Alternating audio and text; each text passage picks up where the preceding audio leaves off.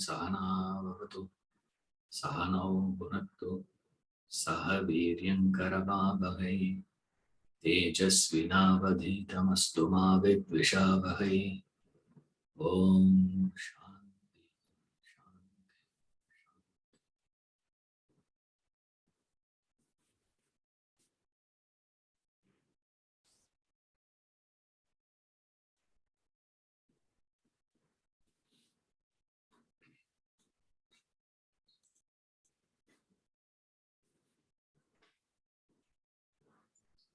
Question from Balasubramanian.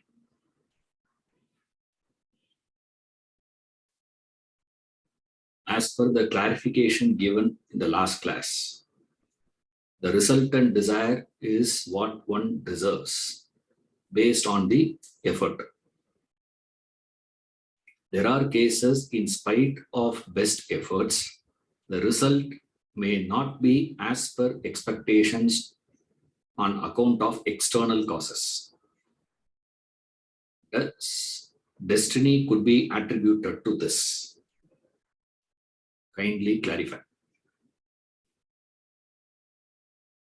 Now, first one. The resultant desire is what one deserves.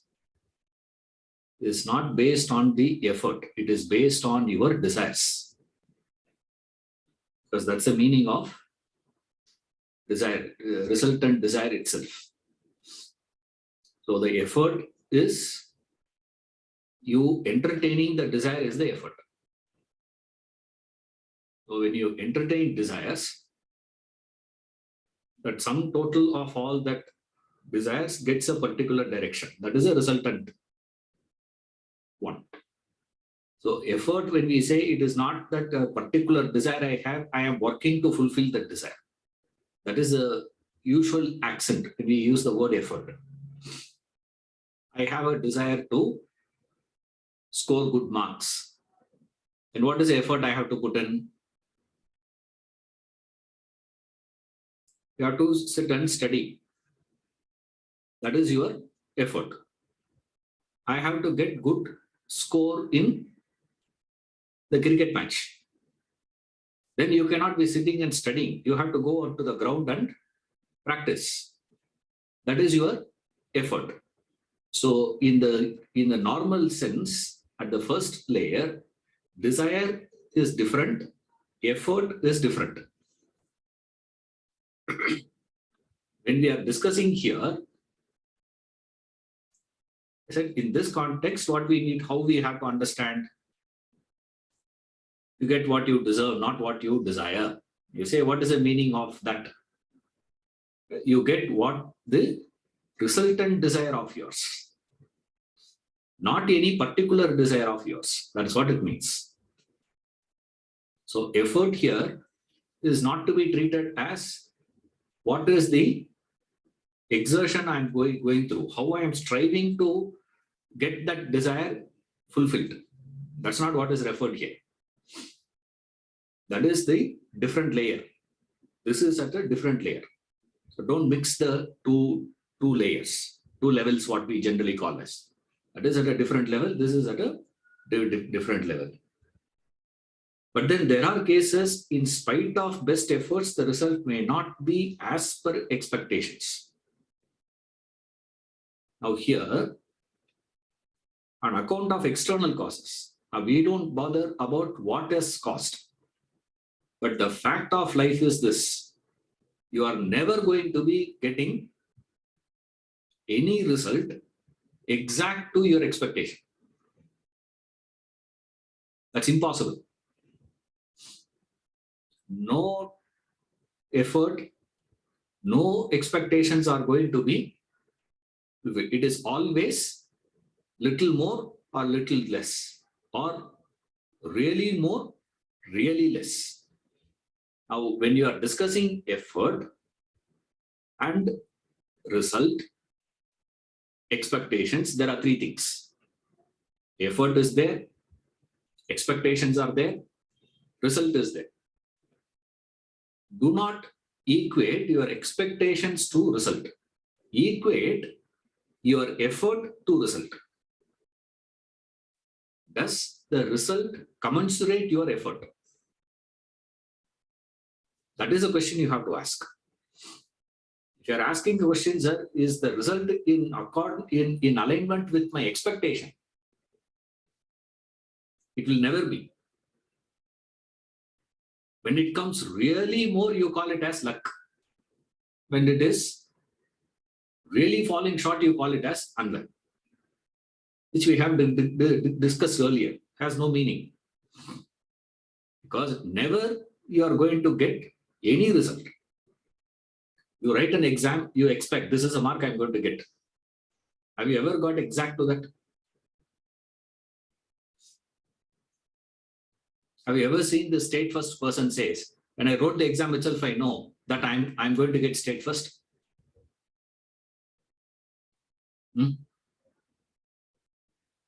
Never it happens like that. Before the starting of the match itself, they know exactly this is the score they are going to get. Never. But more or less, we will get it. This is a good batting pitch. And this batsman is in very good form. And the bowling attack is also not having any penetrative bowling attack. Then the chances of him to be scoring a century is very high. So he scores a century. You say, yeah, then it will, fits in perfectly with all this.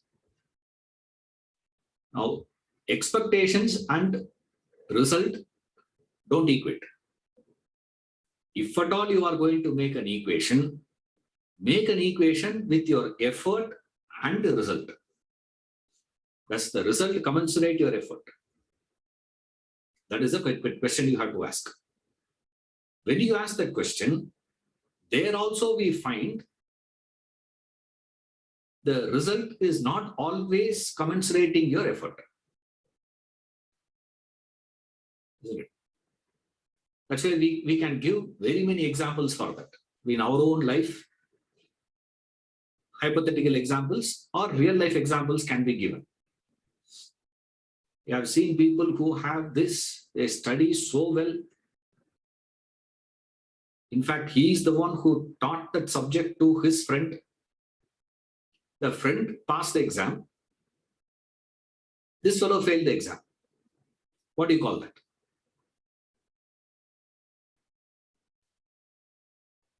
Sir, expectations I am not including, sir. Now I am equating only effort and result. What has cost? Again, Vedanta says no external factor. Because we are using another word here. Caused by, on account of external causes. Vedanta, law of destiny, rules out external causes. No matter what. It has got nothing to do with the external causes. It is to do with your internal cause only. What is the internal cause? Go back to the previous topic. We have seen that earlier. A wall which is painted with yellow. When I apply blue, what do I get? Green I get. My application is blue. But what is coming out is green. There's no connection. If the wall is painted with blue, then I apply blue. What do I get?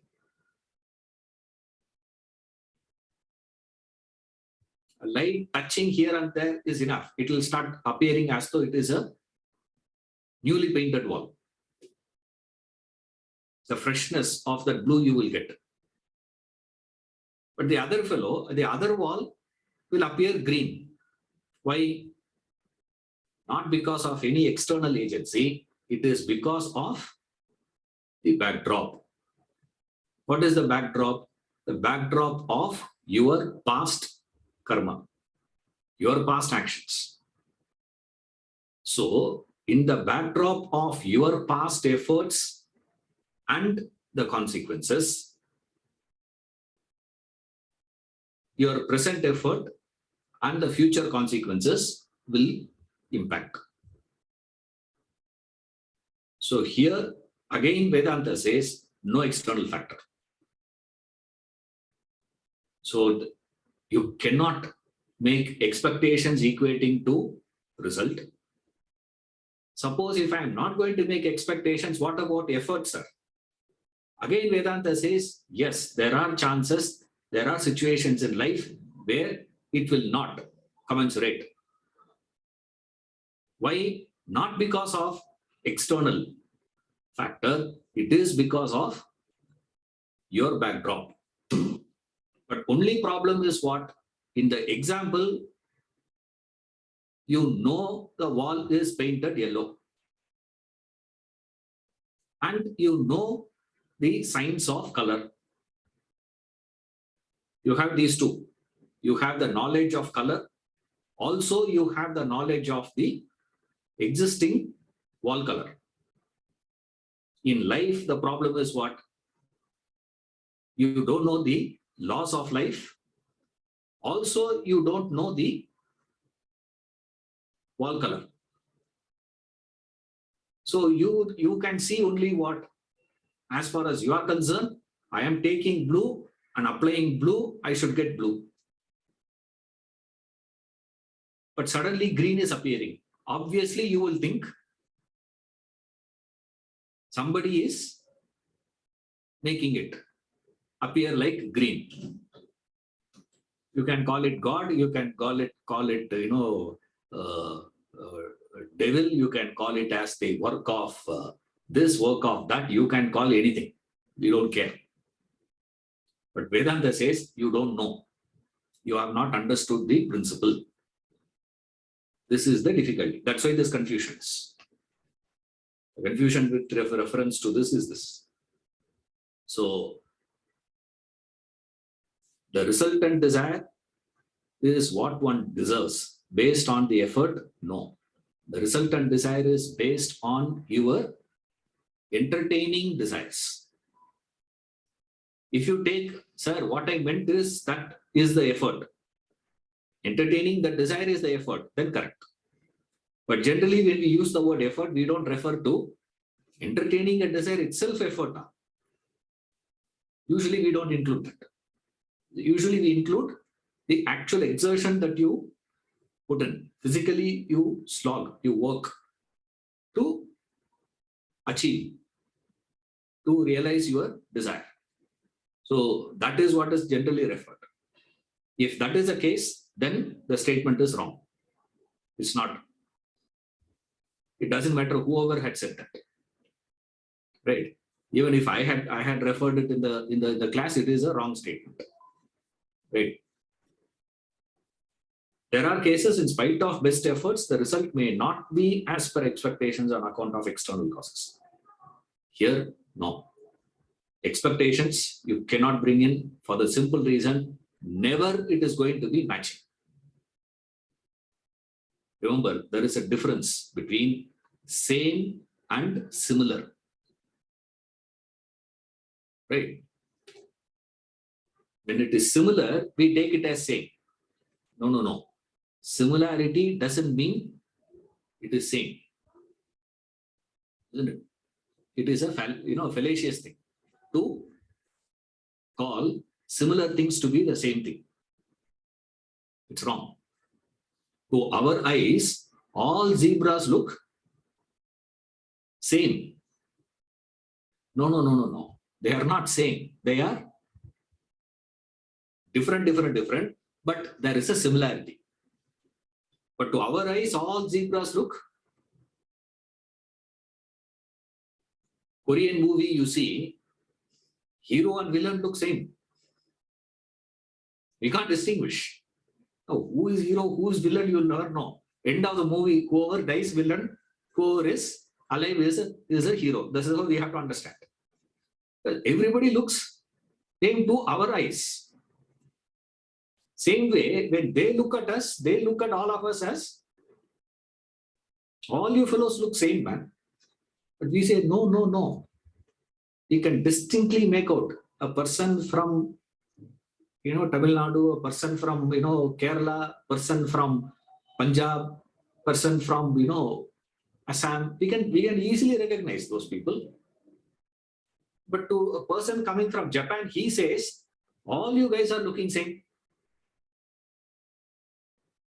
That is inadequacy of application.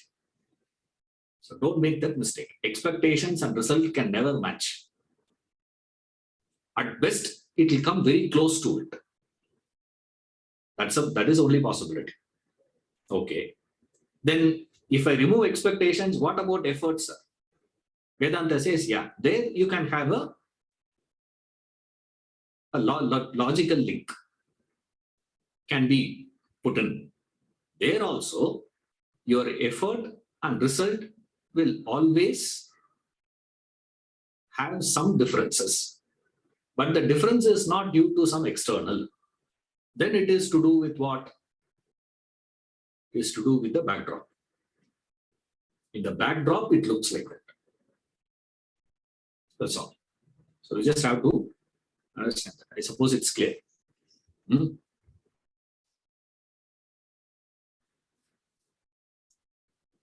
the questioner? Bal Subramanian. Yeah.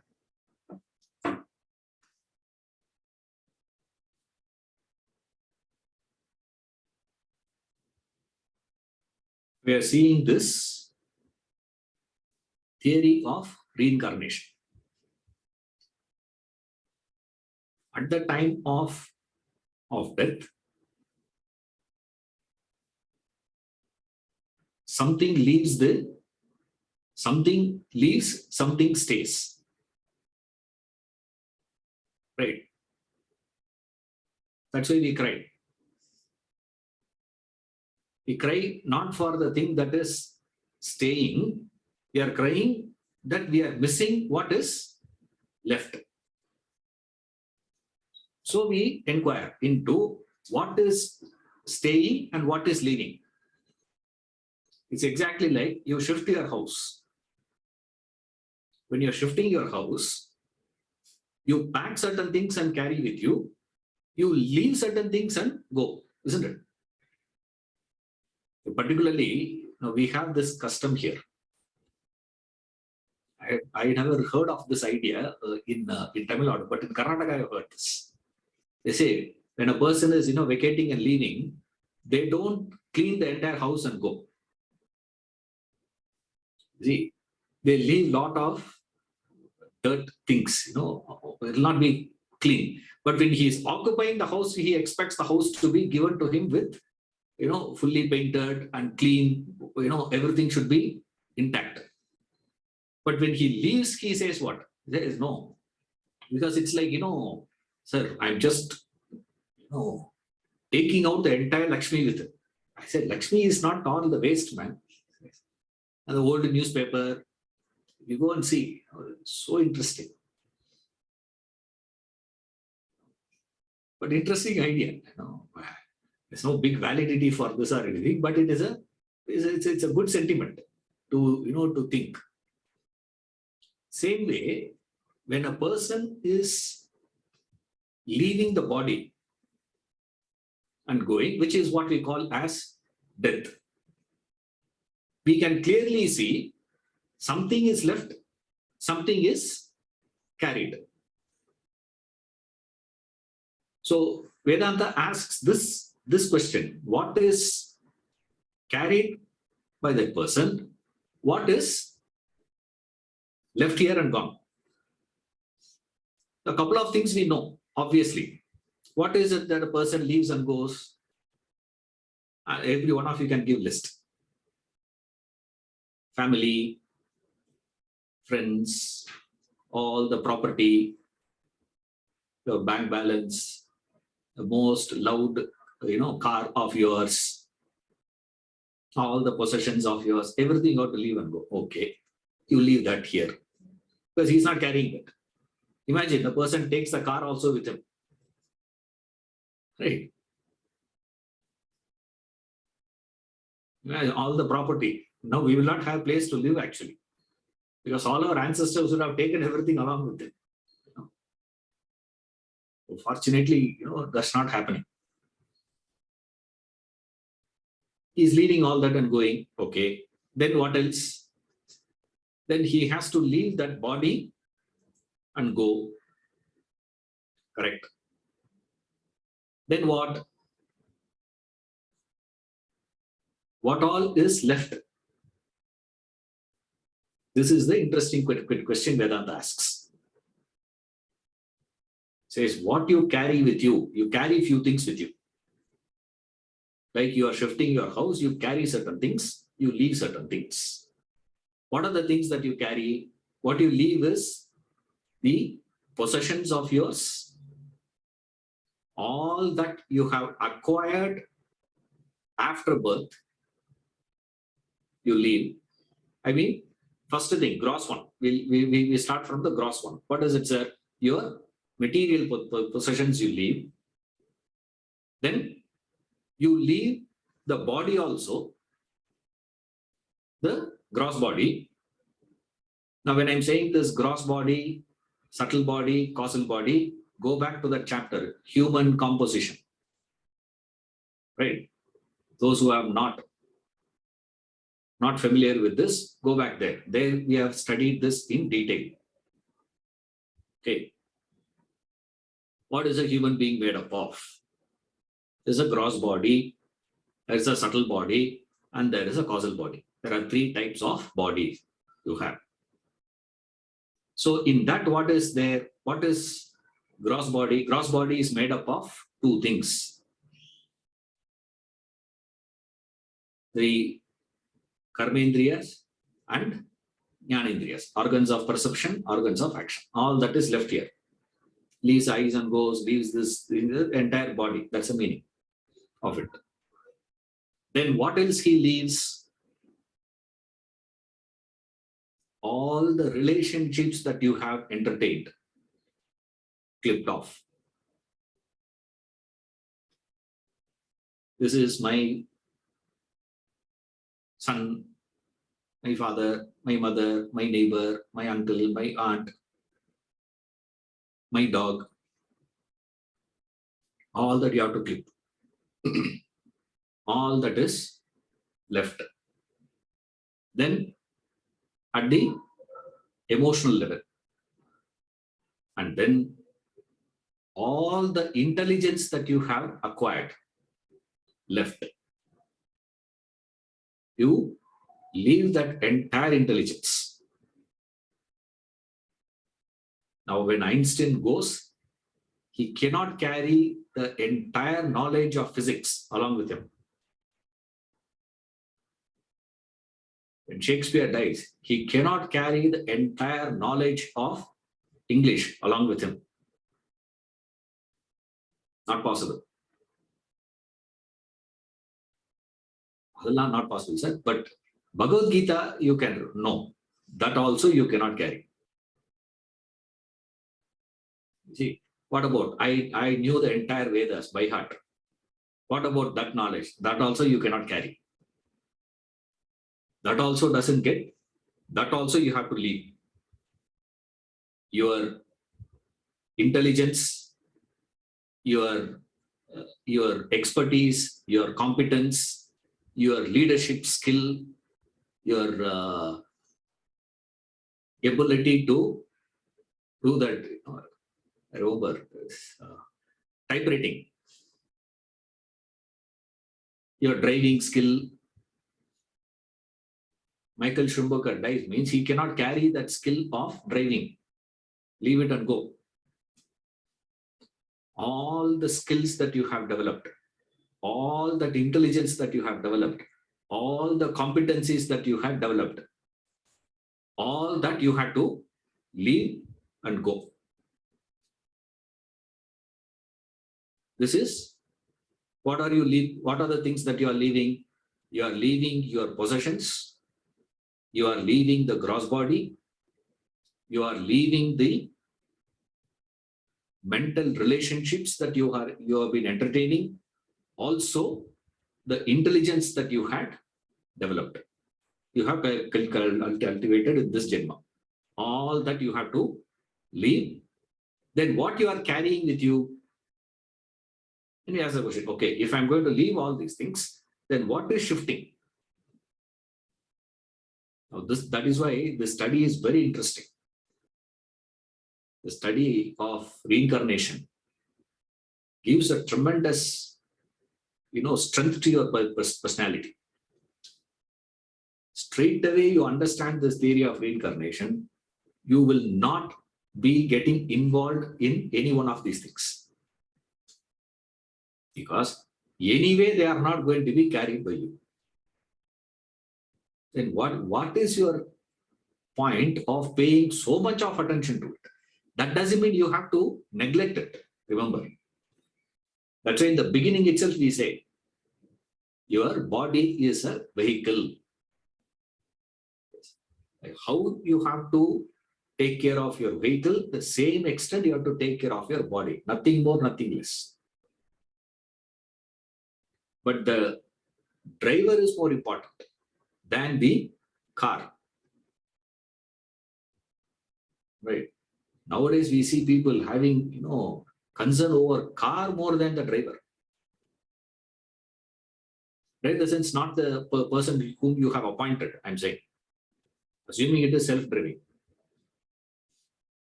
The person who's inside is more important. Same way here, you say. These things you are leaving and going. Automatically, you don't have to put in any special effort for you to get detached. Sir, I'm getting too involved with my relationships. How to get detached? How to get nothing you have to do. All that you have to do is you just have to understand reincarnation. Birth and death, if you understand, straight away you get that objectivity. You will become objective. You will get detached. You get that vairagya. All this. Then you get that proper prioritization in your life. You know what is to be prioritized and built. Where you have to put in your effort. Then what you are going to carry with you. This is, you carry along with you the consequences that you have created with your actions. What we have studied earlier as your punya and papa, merit and demerit, that you carry with you. Right? That you pack and take along with you, number one. Number two, what else you carry with you, sir? Second one you carry with you is the quantum of desires that you are having right now. All the desires of yours, you take along with you. So your punya, papa, you carry with you.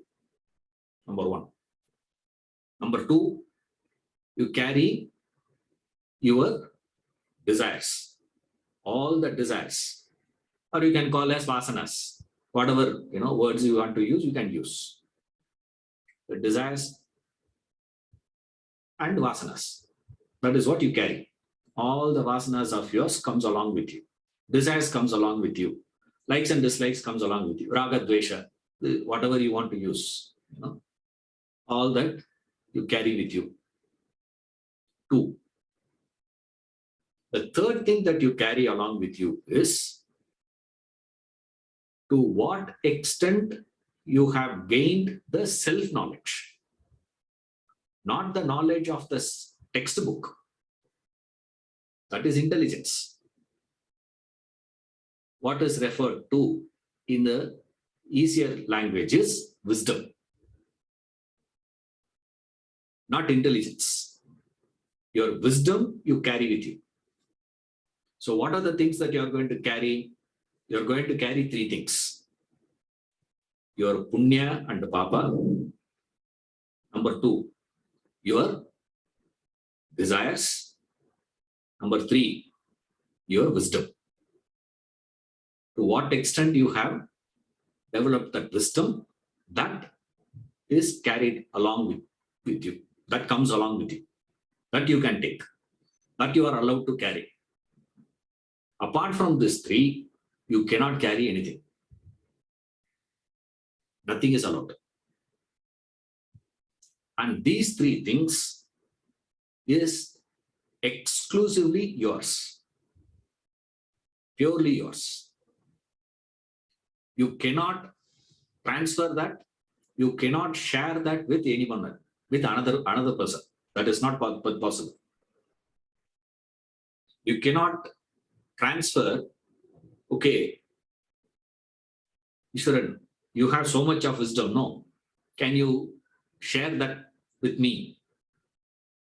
Yes, I will say, forget it.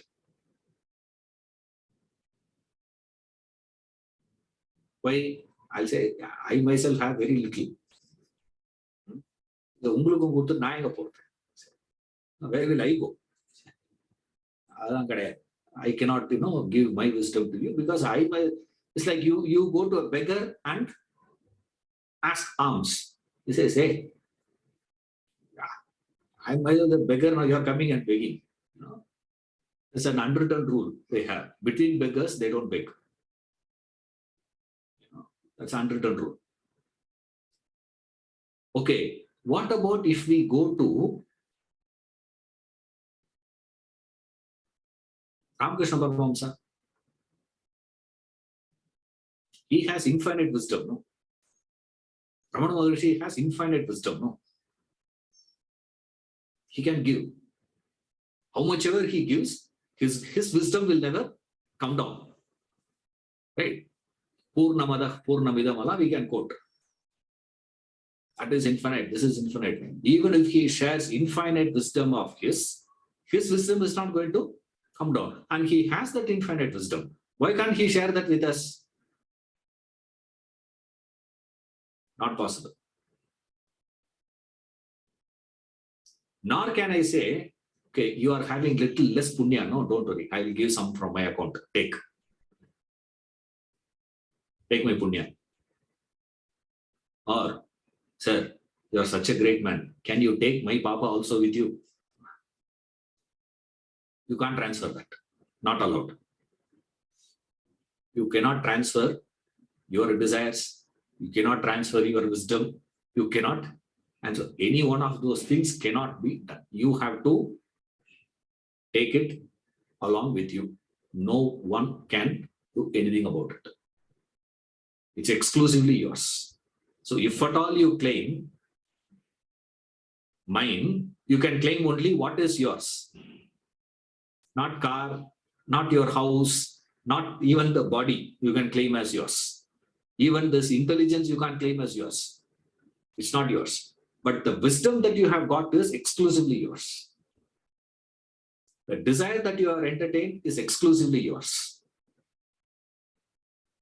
The punya papa that you have developed is exclusively yours. Someone may come and say, I volunteer to carry your papa. He can volunteer. Out of his compassion, he can volunteer. But strictly speaking, can it be transferred? No, not possible. If that is the case, then all these masters could have done that to all of us. By now, none of us will have any papa with us. Because one master is sufficient to absorb all that. Is it possible? No? It's not possible. But at the emotional level, you can say, with reference to punya and papa, they can say, I'll give my punya to you, I'll take your papa, because I am such a compassionate person. So what I'm going to do, I will distribute my punyas to you people. All your papas, give it to me. Exchange offer. I take papas and give punyas to you people. Allah, not possible. Why? It is exclusively belonging to that particular jiva. So only that jiva has to go through it. Anything other than that is not going to be transferred. All these three, your wisdom, your desires, your punya papa, put together, we use one word called vasanas. All that goes into that unmanifest state. Your wisdom gets into that unmanifest state. Your desires gets into that unmanifest state. Your punya papa gets to that unmanifest state. That unmanifested state of all these three put together is called as vasanas. So, we say what you are going to carry with you is your vasanas. But what is the meaning of that? Na? It includes all this three put together. So, from one body, you move to another body. Driven by what? Driven by your own vasanas, means driven by your own wisdom, driven by your own desires, driven by your own punya papa that you have acquired. Depending upon that, your next will be. Why the next will be? Because so long as you are not contented with your current state, you will be aspiring to reach to a different place. So when that state is continuing, need for change is there, there will be seeking new embodiments and new environment to experience these things. So for me to experience my desires and to exhaust my punya and papa, fulfill my desires, I take up next embodiment. What type of embodiment will be? Depending on what type of desires that you have been entertaining, what type of punya papa that you have acquired, what type of wisdom you have. And desire and wisdom is more or less, you can take it as the same one, but there is a slight difference we have in this. We don't have to go into that detailed, the discussion right now. See, so, but generally we can, put these two things. A person who has high level of wisdom will not have very many desires. Not many desires, not a gross desires. He will not have he cannot be having a gross, sensual, selfish, self-centered, egocentric desires. Then what would be the nature of his desires? His desires will be of the nature of unselfish. His desires will be of the nature of selfless desires is what he will have. That's all he will have. He cannot have any other form of desire. So strictly speaking, can you say selfless desire? Not possible. So therefore, the selfless aspect is what is referred as wisdom. Unselfish desires is referred, unselfish desires you can have. That's all. Two types of desires. Essentially, all desires can be classified into two types: selfish, unselfish. Essentially, all the consequences of your past actions can be classified into two. What is it? Punya, papa. So two types of consequences and two types of desires and one wisdom. That 5 things you carry with you. What you take is this 5. Rest are all left and gone. So far we have seen this much. Now the moment you have eradicated all that, moment you started performing selfless actions, what will happen? No punya or papa will accrue to your account. Selfless actions when you are performing, when you are practicing this karkar arma yoga, when you are working in the spirit of yajna, you are performing selfless actions. The selfless actions will not develop any further punya and papa. Also, it will nullify, it will destroy the existing punya papa also. That is the power of that selfless action. So that is gone.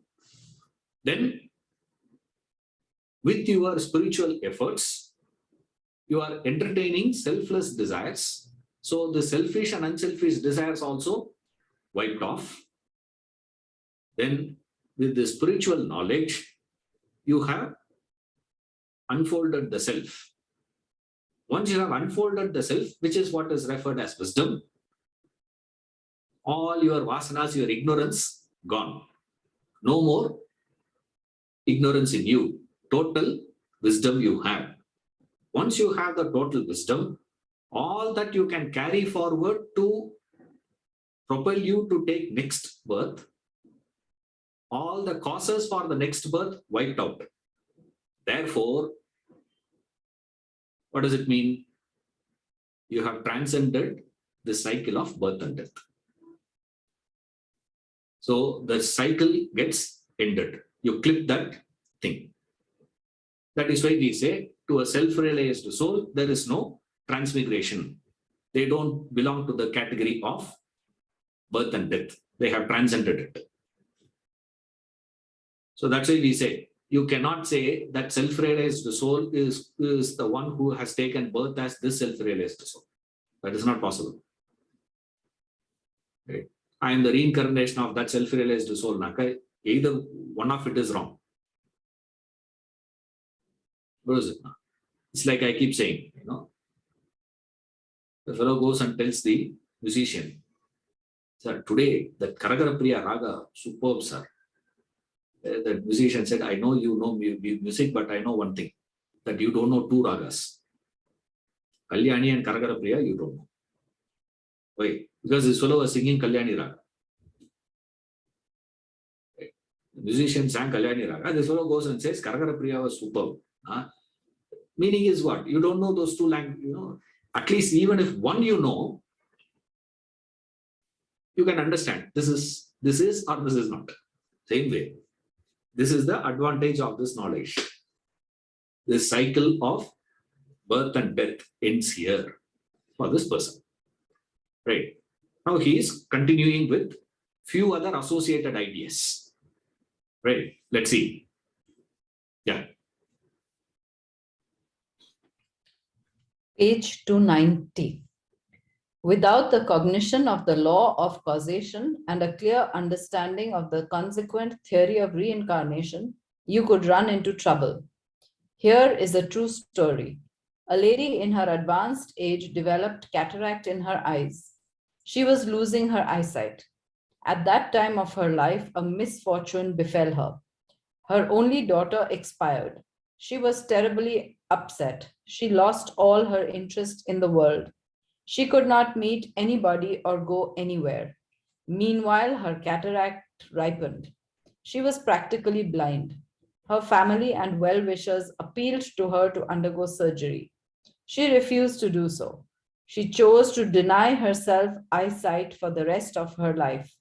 She would say, am I to restore my eyesight to gaze at emptiness? The beauty in my home is gone. I have nothing more to see. They were all confused and did not know how to persuade her to go through the surgery. They approached a Swami, a sage, for help.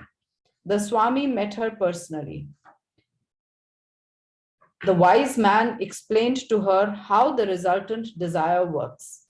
Remember, you are entertaining a powerful desire not to see the world. The sage said to her, you are old. Death may overtake you any day. If you continue to deny yourself eyesight, there is a fair chance you will be born blind. The lady sprang to her feet and went through the surgery the same day. The significant part of the episode is that a person could be born blind even though he does not desire it. The resultant of all his desires becomes the cause leading to that effect. Therefore, it would be in your interest to scrutinize at all times the type of desires you entertain. Avoid negative thoughts and desires. Try to turn them positive. If you practice that, you would not be a victim of self-inflicted complications in your life. Your life would then become more meaningful, purposeful. Yeah, this is a very interesting episode.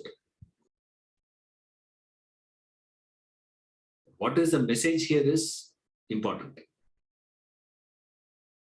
Message here is, do not entertain thoughts listlessly. We entertain thoughts in a such careless manner without understanding what is the power of that thought, where it can lead you to. You simply say, you simply entertain thoughts. That's why he says scrutinize at all times. And then when the thought materializes, when the desire materializes, there we start complaining.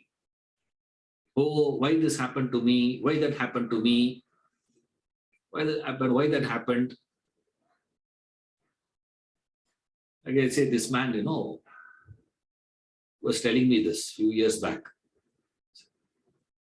He said, I take a fresher, employ them, they work in my company, and they stay with me for 2.5 years, 3 years maximum. As though, as a rule, after 2 years, 2.5 years, they leave. Again, I have to induct another person, train them, build that person. He comes to something, and then again he leaves and goes. These people are very bad, I tell you, these days. The youngsters have no loyalty. Our days were not like that. We join a company, we retire from the same company. I said, as long as you are not returning from the same post, same position, it's okay. Same company you can, but you have to keep growing. You were saying, 2-3 times he told me that. I said, see, don't keep blaming these people here. Look within, I said. Look into yourself, man. What is that you have been thinking all these days? Every time when you are speaking to me, after about, 45 minutes, 1 hour, if I were to sit with him and continue the conversations, always it will go back to this one point.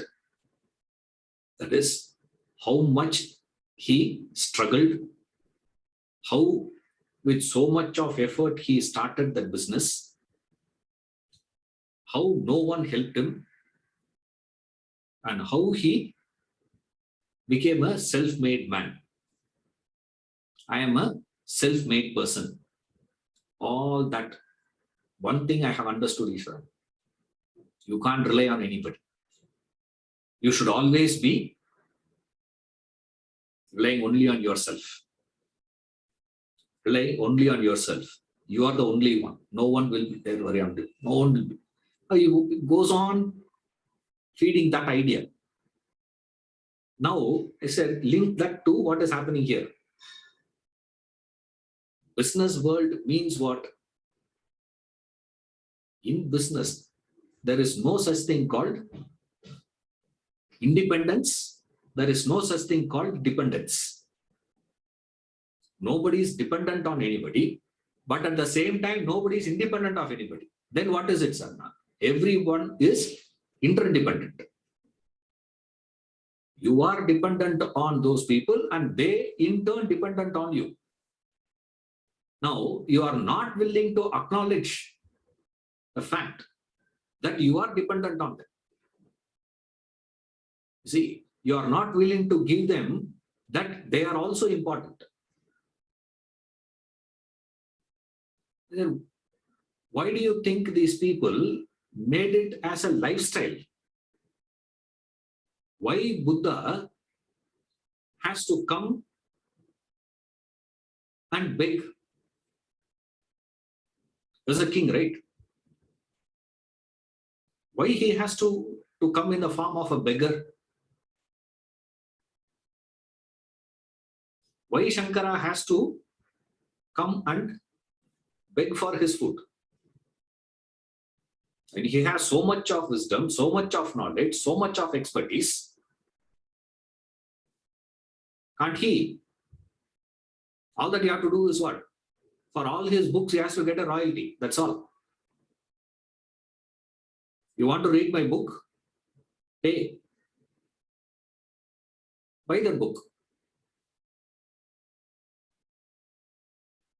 That one fellow published a fantastic book. I have not seen anyone who's brilliant than this guy. This is the best book, I would say, I have seen in this one. All that is known to man about women. That is the title of the book. All that is known to man about women. 168 pages.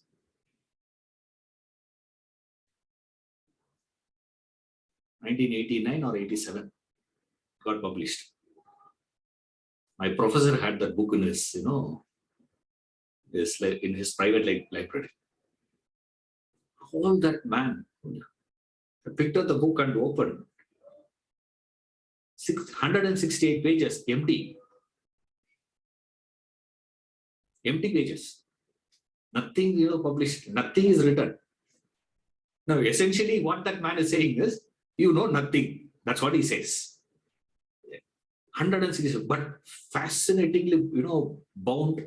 That paper quality, fantastic one. In those days, for me to see a paper like that was something, really interesting. See, the title, that's one of my favorite titles. All that man knows about women. Empty. And people bought that book also. That's the best part of it. People purchased it. My professor had that. That's why I got to know. My professor had in his private library, his house. I said, superb, yeah, this man. I said, why they have to come as beggars? Why they have to live? Their life is dependent on the society. Society has to take care of those people. They will not work. They will not do anything to sustain themselves. Why?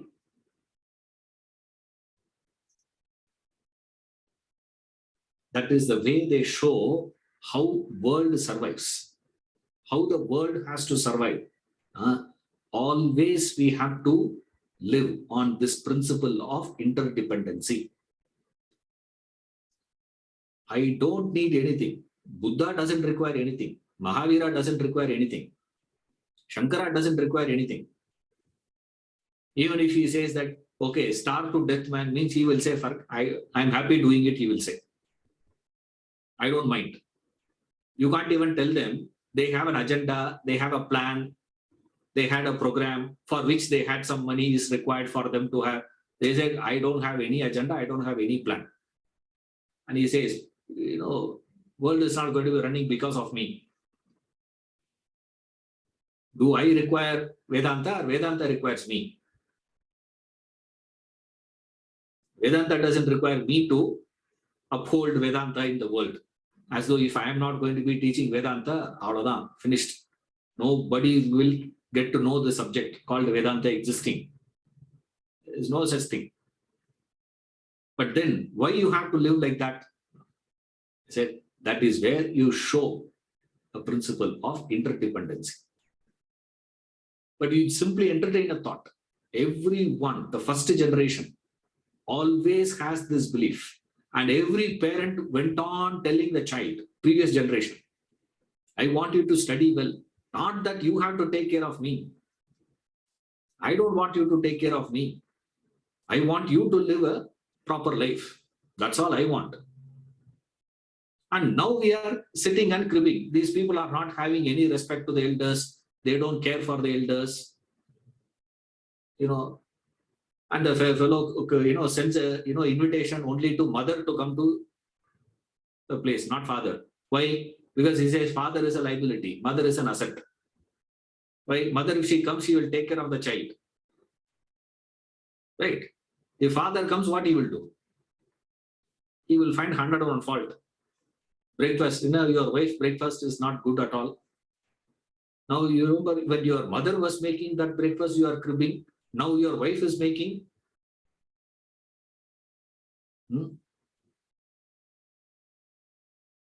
Saturday sambar. The label. He says, this sambar you are supposed to open only on Saturday. You don't open it today, he says. I said, no, Saturday, SCAT sambar. It was written there, that, sticker. I saw it there. I said, SCAT sambar, what is that? Saturday. Which means she has prepared it on Wednesday itself. So, Wednesday she has prepared that sambar for Thursday, Friday, Saturday. And then Sunday they will go for shopping and buy vegetables and all those things. Again, she will cook twice. Monday and Wednesday she will cook. And Sunday, obviously, when they are going out, they are not going to do any cooking. They will have outside food and come back. They really live a streamlined life. If father comes, there's a problem. If mother comes, breakfast separate cooking, lunch separate cooking, dinner separate cooking. That fellow told me, in a luxury, the fellows are having. You are eating freshly cooked food. In a luxury, man. Half the time we are eating without cook. Salad. Chop the things and eat. Mother is an asset. Father is a liability. So invitation is given to whom? First invitation goes to mother only, not father. And mother says, hey, how can I come alone? I cannot come alone. What your father will do here? 6 months if I come and stay there, what this fellow will do here? If, okay, bring him also. So the fellow says, both of you come. And then this father says, see, these people don't have any value for us. How much I have struggled to feed. But what were you thinking at that time? At that time your thinking was what? I don't need anything. I don't need you. I don't need you. I don't need you. I don't need you. The moment you start thinking, I don't need you, what is the result is going to be? And that is the thing you will get back. When you are getting that back, you start blaming everyone, everything. That is what this episode is showing. See, it is every thought. Even though, strictly speaking, it is not because he is just entertaining that, thought of this, he is going to be born blind. That's not the, because so many other desires also is going to play a role. You see, strictly speaking. But this idea is driven so beautifully here. That episode gives a fascinating idea. You just entertain a thought. So don't create this self-inflicted complications in life. Is the advice here. One more paragraph. Imagine a person who is brutal, bloodthirsty.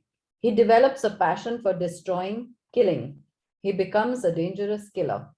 The society does not allow him to manifest his destructive nature. The law prohibits it as well. His desires are frustrated. The frustrated desires must find their way out. This is not possible in his present embodiment environment. Hence, his resultant desire will forge itself into an appropriate embodiment for fulfillment. Thus, his own desires could possibly cast his next incarnation as a tiger or a lion, wherein the embodiment and environment becomes befitting, conducive for fulfilling those desires. No doubt, a human being cannot easily fall into an animal incarnation. A human possesses fine emotions and subtle thoughts which animals lack. Those thoughts and desires in him would strongly influence the resultant desire towards human incarnation. Notwithstanding it all, he could still force himself into a lower species by persistently indulging in such destructive passion. So therefore, be careful. So advice here is this. Therefore, be watchful with every thought that you are entertaining. Every desire that you are entertaining. Be aware of it. Because everything has a say. You cannot say, in passing, I just had one thought here, one thought there, one thought here, one thought there. But it doesn't just go as a individual thoughts. All that gets amalgamated. All that is accounted here. Little by little, little by little. Idea by idea, idea by idea. Thought by thought, you entertain. You feed it. So he says, be watchful. Of course, you can. But there is vicariously what we understand here is, if you understand this immediately, when you see animal, right, instantly you understand what triggers in you is the sympathy. See, the sympathy and identification that you can have towards the animal kingdom and the plant kingdom and all that shoots up with this idea. Suppose if this idea is not there, then what is animal? What is a plant if you ask? There's nothing. You see a tree standing there and you see a tortoise living for 200 years in that body. You feel sorry for that. You don't get, wow, 200 years, my God, it is 350 years old. You say, you don't call it as, you don't feel something excited about it. You feel sorry for the jiva who is stuck in that embodiment for 250 years. Why he has gone into that state? Because everything the fellow is doing so slow. So slow. Anything that comes, immediately go and get into a shell. All the time you contract yourself. You go on contracting. Law of karma says, the evolutionary thing says, you are not capable of growing further. Then what do you have to do? Go back. Experience it. Enjoy that. Exhaust it. Then come back. So what will happen? You will be born as that. You'll be born as this. You'll be born. So every animal when you see, you cannot have any hatred or any attachment to it. You feel sympathetic towards those creatures. That sympathy comes. That's why we see, some animals when you see, you feel so interesting. They may be in that embodiment. Like Ramana says, that cow, his favorite cow, Lakshmi. Say, you people are thinking it as cow, but it's not just animal, man. It is a great jiva. And this is the final life for that jiva. And it is getting mukti, he says. Now we think, now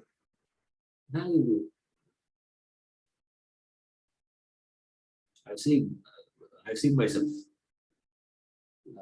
house, wherever I go, if they have dogs, first condition of mine is, before I come to class, 15 minutes before, the dog should be out of the place.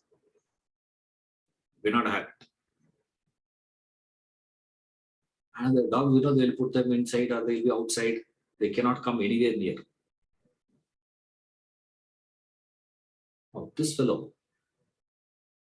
wherever he is, they say they'll take him for a walk. The first 2 classes, I told them, I said, that is a condition. I said, take that. So that girl, would take that dog for a walk. So after 1.5 hours only, they'll come back. After 2 classes, the dog refused to go out. And he said that, owners say, this is the first time we have seen, sir, the dog comes and sits in that one place.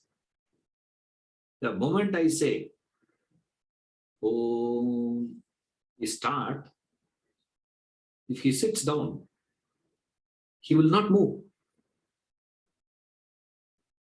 They named it as Simba, the dog. That fellow will not move. As soon as I say, we'll meet next week. You see, instantly he will get up and start running around. It's not that he's old age or anything. Because many people think, maybe the dog is very old, not able to move.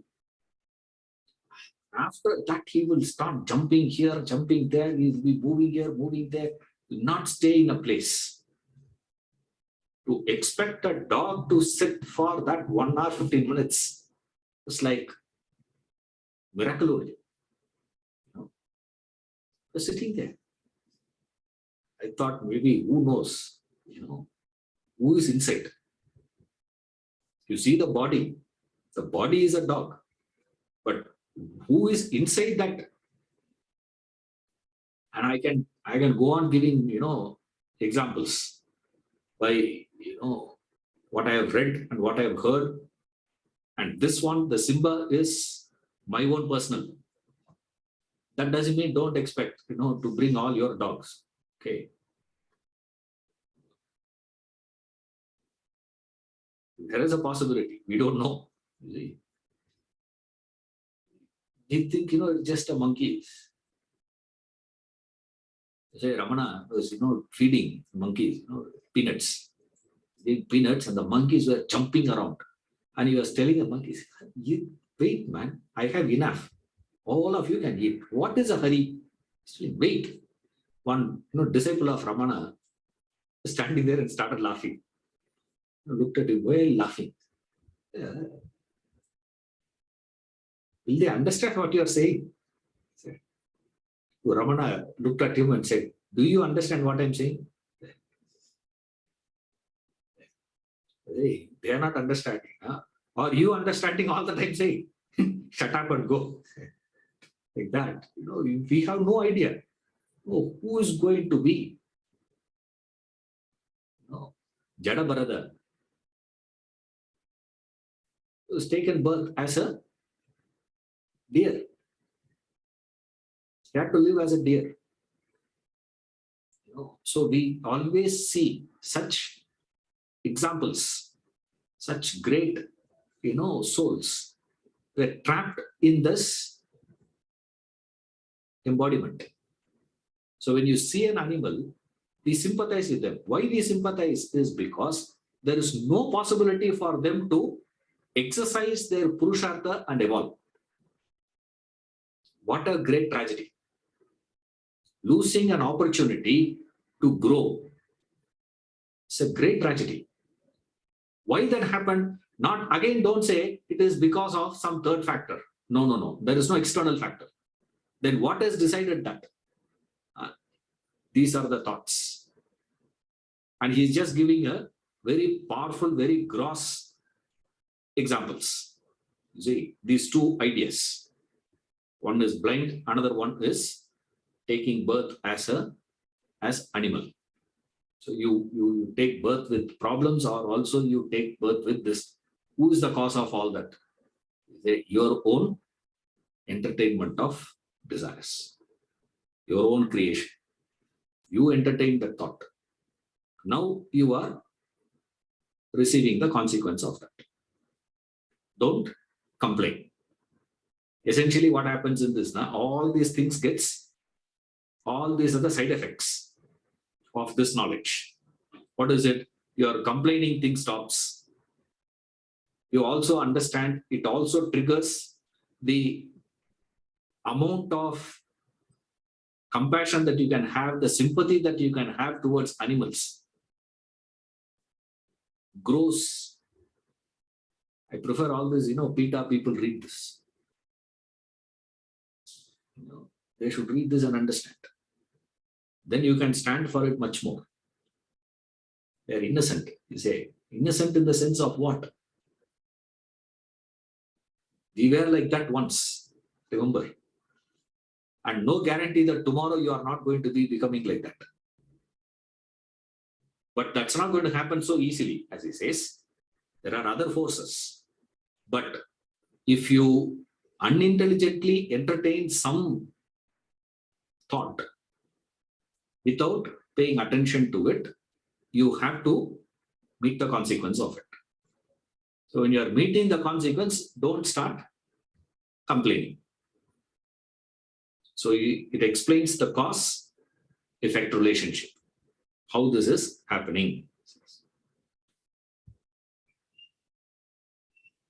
More we'll see in the next class. Thank you.